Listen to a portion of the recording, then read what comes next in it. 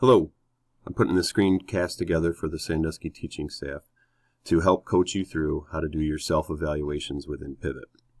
Self-evaluations are the first step of the inquiry cycle, and we do them before we set our growth plans. The growth plans will have a separate screencast, so be looking for that as well. Hopefully all of you know how to access Pivot. Those returning from last year should remember how to get to Pivot. Our new teachers, we did an orientation on how to get there. So you'll get to a screen that looks like this. It does look a little different than it did last year. And get yourself logged in. If you have forgotten, which is certainly understandable, you're going to use the same login information that you use when you log into your school computer. Not your Gmail account, not your Google account, but the same one you use when you log into your laptop, for example. Once you get logged in, you're going to come to a page that looks something like this. I think as an administrator, mine might look a little bit different than yours, but look for something that says evaluations coming across the top. What we want to do right now is a self-evaluation, which can be found in the link to My Evaluations. Again, mine might look a little bit different than yours looks, but you should find a greenish looking button that says New Self-Assessment. When you click on that, step 1 asks you to select the rubric to use. You'll see that mine is already showing version 3. Yours, unless you've been into Pivot already this year, is probably going to have the 5D teacher evaluation rubric as the default. But we do have version 3 available within Pivot, so a very, very crucial step to getting your self-evaluation done correctly is to make sure that you use the drop-down and you select the 5D Plus rubric for instructional growth and teacher evaluation version 3. Because I've already been into Pivot this year, I already have all 6 dimensions clicked. You may only have the ones we used last year. Make sure that you click on all 6 dimensions so that you can do a full self-evaluation. Once you've done that, click Begin. From here, there are several different things that you can do, but the only thing that we want to be focused on is getting a self-evaluation of where we are at within each indicator within each level. Now, with 6 dimensions to do, this is going to take some time, but you are able to save your work and come back later. So this doesn't necessarily have to be done in one shot. What you will find is it's probably best to start with purpose. It's listed as dimension 1, and start with the first indicator.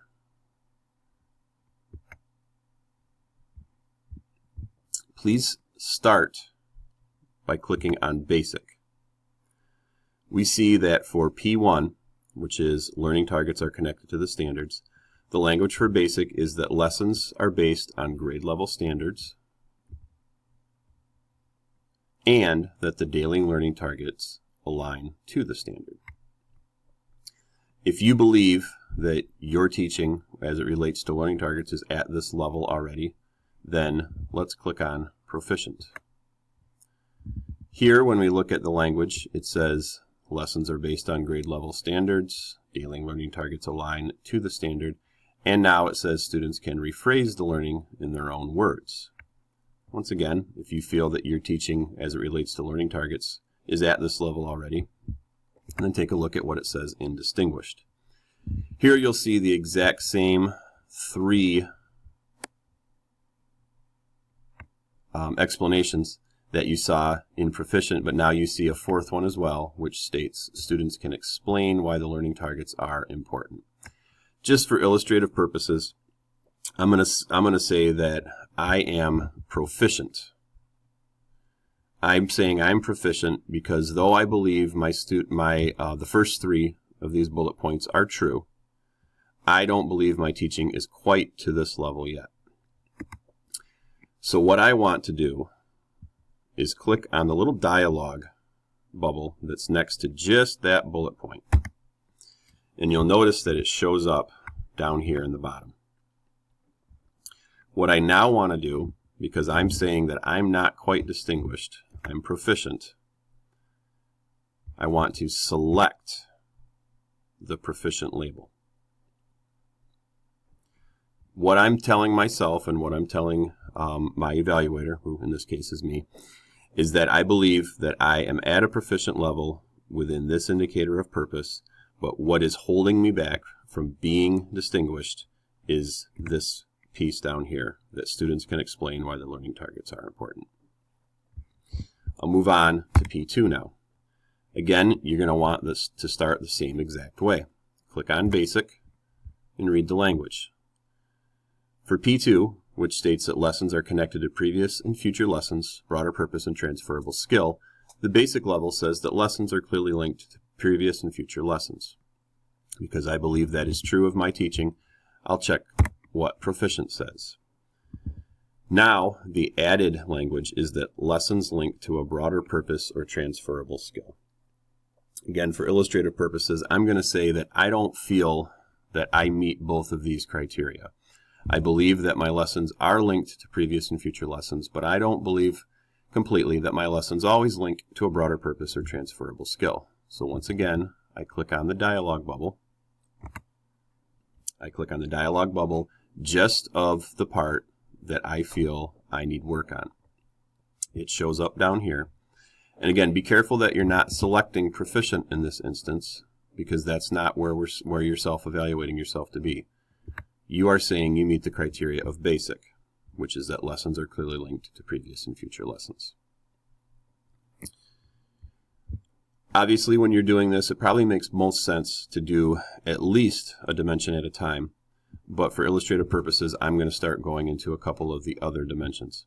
You could click on student engagement at the top and bring up the indicators for student engagement. Quality of questioning, ownership of learning, capitalizing on student strengths, etc. You're going to do the exact same thing for each dimension, which is to start at basic, see what the language says, and if you believe you meet all the language of basic, click to see what proficient says. If you believe you meet all the language of proficient, click to see what distinguished says. If you believe you meet all the language of distinguished on any of the indicators, select distinguished, and then you would not have to put any of these comments down in the comment section. But for any indicator where you're self-evaluating yourself to be something less than distinguished, you should have some comments show up in the comment section. It's mostly for yourself, but it's also for me as I go through these self-evaluations to get a better idea of where I can help you as an individual instructor, and then I can look for trends on things that might benefit the whole staff when we look at our PD schedule. Again, you're going to need to do this for each of the indicators, and you can toggle through, for each of the dimensions, and you can toggle through the dimensions by clicking up here.